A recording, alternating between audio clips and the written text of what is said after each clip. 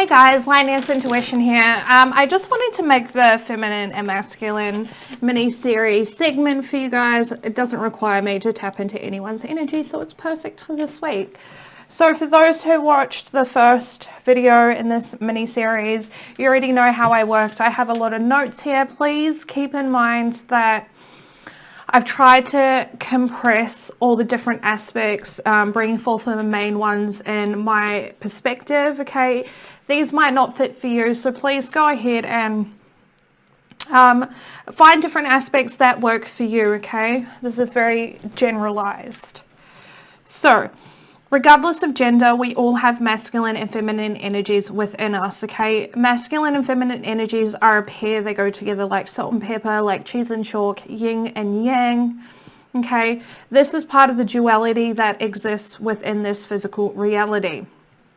Now, over the years, the feminine energy has been disrespected, dishonored, and dominated by the wounded masculine and the matriarchy, okay? The world has gotten really out of balance. And looking at these energies within us and trying to balance them by reintegrating and embodying more of the feminine energy is key to much healthier relationships with ourselves, as well as creating a better world for future generations to live in. Now, both masculine and feminine energies, both have unhealthy wounded aspects as well as healthy divine aspects, okay? Now, the wounded part comes from the ego, a place of fear and darkness, which always leads to pain. And when we allow ourselves to shine light on these aspects, when we become aware of what is wounded and unhealthy within, can we heal and transform these into divine energies. Now, when we become aware of the unhealthy patterns of our wounded self, can we stop recreating the same patterns? Stop projecting them onto others and heal our relationships with ourselves and with others. The wounded masculine feeds the wounded feminine and vice versa. Once we become aware and do the necessary work, the masculine and feminine energies will begin to grow together and unify, creating a whole aspect of self. Now, our masculine and feminine energies reside within our sacral chakra. Now, our sacral chakra goes through development through the ages of 8 to 14. Now, during this time, we mimic our parental figures, okay? And over time, we either cement these patterns that we have been mimicking, or they grow into something else, and that just really depends on our own individual circumstances. Now, getting into our feminine and masculine healthy aspects, again, keep in mind I have compressed all the information to what I personally feel is the most general wounds that we all at one point display, okay? Now, feminine energy, I've used pronouns. Keep in mind that we all have masculine and feminine energies within. Okay, so she is grounded, receptive, and reflective. She has strong boundaries. She is gracious in her strength. She is loving, empathetic, compassionate, and supportive. She knows how to ask for what she needs. She is vulnerable. She is authentic. She is not afraid to speak her heart and does so without shame. She flows through life effortlessly. She knows how to surrender, be open, and trusting. She is naturally intuitive and listens to her heart rather than her head. She manifests and creates. She is confident in her body and with her femininity. She exudes beautiful sensual energy and attracts naturally. So just think of the Empress, right? Now, masculine energy. He is deeply present and listens without being distracted. He does not judge. He creates a safe environment. He doesn't take things personally.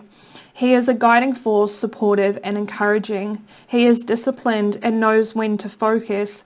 He is a man of his word, honest and accountable. He is humble and has integrity. He is of service and does what is in the highest good of all. He is grounded. Now, the wounded aspects of the feminine energy. She is usually insecure and seeks external validation. She can be critical and her loved ones feel as if they cannot do anything right. She always has something to criticize. She is needy in relationships. She needs to feel love and begs for it. She cannot control her emotions. She tends to be manipulative. She is afraid of loss and is very attached in an excessive way. She overconnects and overshares. She is desperate for love and is always chasing it. She feels like a victim with a martyr complex. She is inauthentic. She has unhealthy masculine energy within, which has no boundaries or self-control. Now, masculine wounded aspects. He is competitive and always wants to win. He is focused on goals and attached to success. He tends to avoid connection and can be cold and distant. He takes everything personally. He needs to be right. He fears failure. He defends himself, attacks and accuses. He runs away from love, withdraws and creates separation. He can be aggressive. He is critical and judgmental. He is narcissistic and selfish. He cannot deeply listen to others. He is stuck in the mind. He isn't in touch with his emotions. He is prone to addictions, alcohol, drugs, TV, exercise, etc., etc. He has an unhealthy feminine energy who is serious, rigid, and controlling. Again, I've just compressed all the information. If it does not resonate for you, doesn't fit with what it is that you're experiencing in your own reality, please, by all means, go and seek out the information for yourself. Now, I've briefly written different aspects that I feel will be beneficial to help you guys heal and balance out your masculine and feminine. The first thing that I find really important is reframing the way you call yourself out on the relevant bullshit, right? When you get into that space of becoming aware of how the wounded aspects are playing out in your reality, okay?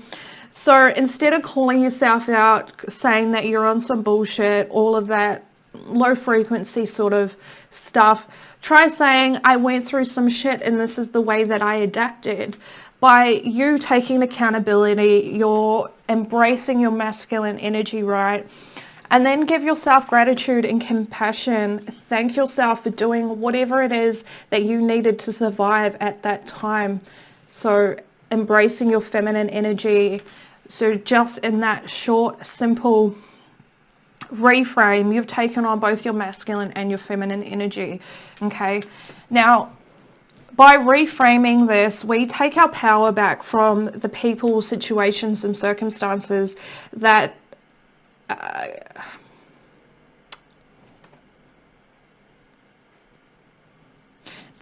help to create these wounds within ourselves. Okay. Now, also take time to recognize that different situations require the different energies from you. So recognizing that in a certain situation, it's the most beneficial to be in your feminine energy, or recognizing that you need to be in your masculine energy, right? Taking action. Also taking an approach to your hurts, your traumas, your pain from a feminine approach, allowing yourself to nurture and understand and have empathy for what it is that you went through in previous experiences, right? But here in the now moment, you can reparent yourself. You can learn to love yourself for exactly what it is that you went through and how you learnt to survive, really. Now, also find time to invest in something creative, right? Creative being feminine energy, but also something that requires consistent action. So maybe you decide to do a painting, but not just a small painting, on a larger scale. So it requires you to be creative, but it also requires you to be consistent. So you paint the entire canvas, right?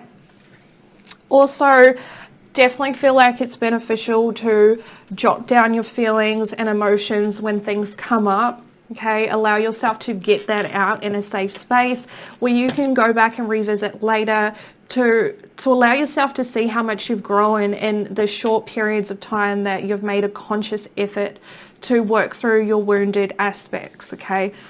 Also, sleeping with 528 hertz binaural, I can say that word, just not today. Binary beats, thank you. You can use it with meditation. I would suggest sleeping with this. It doesn't really require you to do anything, and your subconscious is more alert whilst you're in your dream space.